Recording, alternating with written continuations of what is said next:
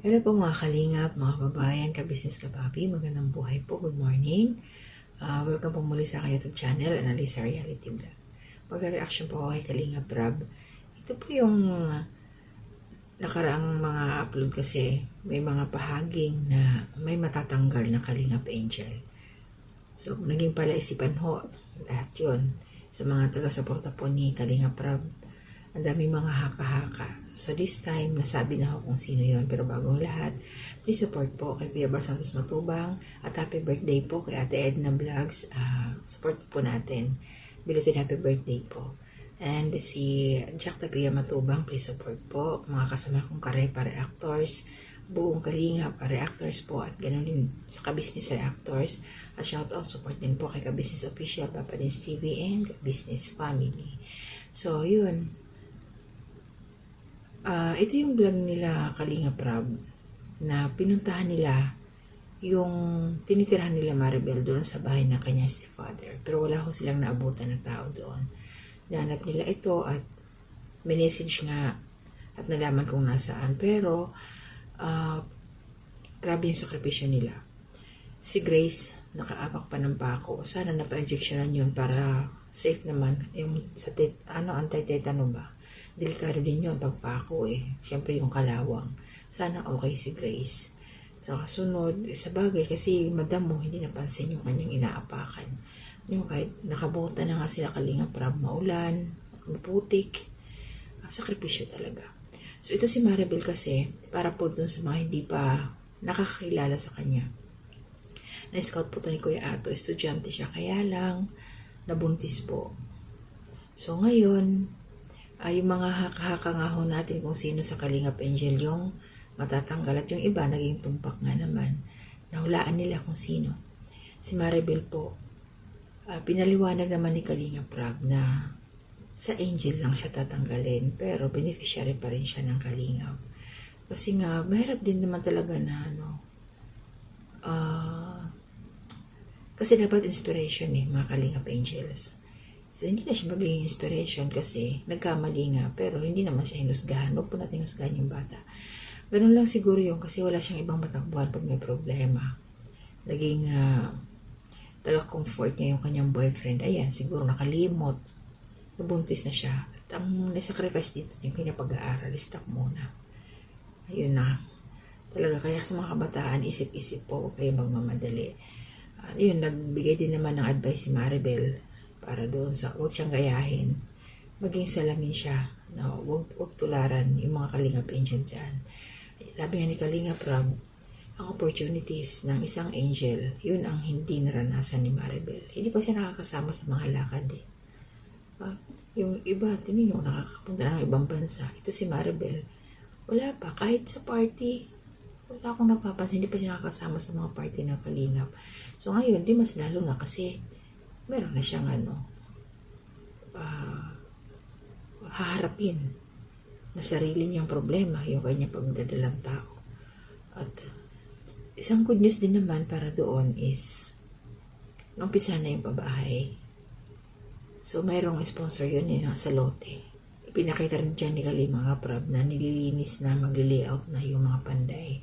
Kaya kahit pa paano, malaking tulong sila Kalingap Rob.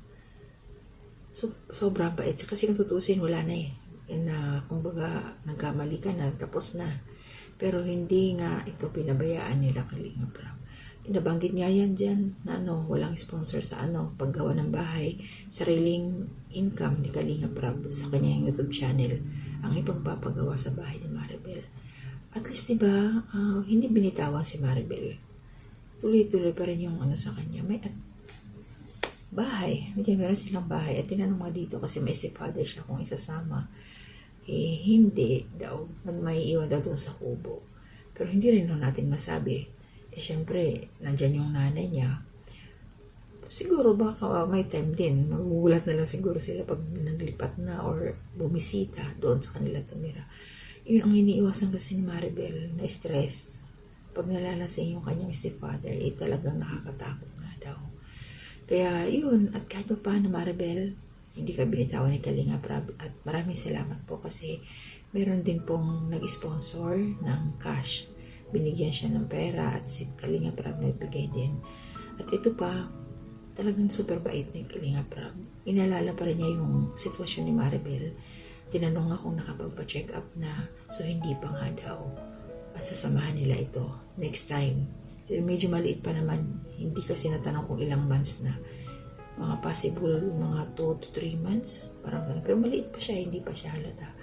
Yan lang, bata pa si Maribel, hindi niya na enjoy ang kanyang pagkadalaga na siya lang mag-isa ba yung maglalako at siya yung makakasama yung mga angels na iba. Kasi iba na yun ngayon, may anak na siya. Pag nagkaanak pala, pag nagkaroon na siya ng anak, wala na. Sana makapag-aral ulit siya. Kasi hindi naman tinanggal talaga yung niya.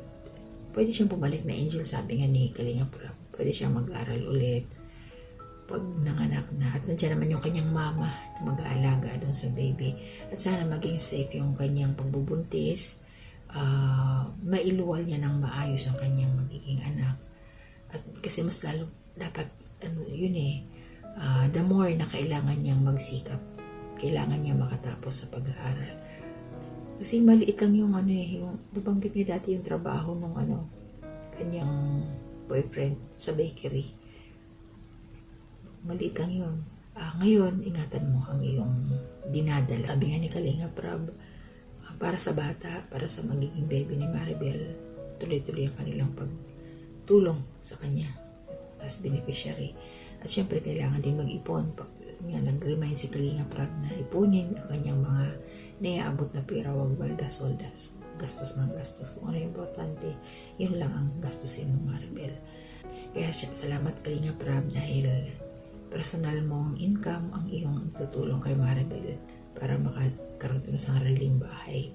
Kasi kailangan talaga nila yun eh. Hindi pwedeng wala silang matitirahan lalo't pagkakababy na delikado doon sa kanilang kubo na tinutuluyan ngayon. So yun po sa comment section, maraming salamat po sa inyo. Salamat po sa suporta. Hindi ko na po kayo may shoutout muna sa ngayon, isa-isa. Nagka-problema po yung isang sapi ko. Hindi siya mag-open. Parang nalock siya at other party. Parang may naklik akong link. Parang nahack siya. Ayusin pa ho. Kailangan ipagawa ko pa. Sana mag-open. So, ingat po tayong lahat. Tuloy-tuloy lang po ang buhay. Huwag tayong padadala sa mga problema. Yung nasa community spotlight ko, madami sila eh. Hindi ko makita ngayon kasi naka-screenshot yun. Hindi ko naman ito pwedeng i-open. Basta try kong ipopost ko na lang sa aking community.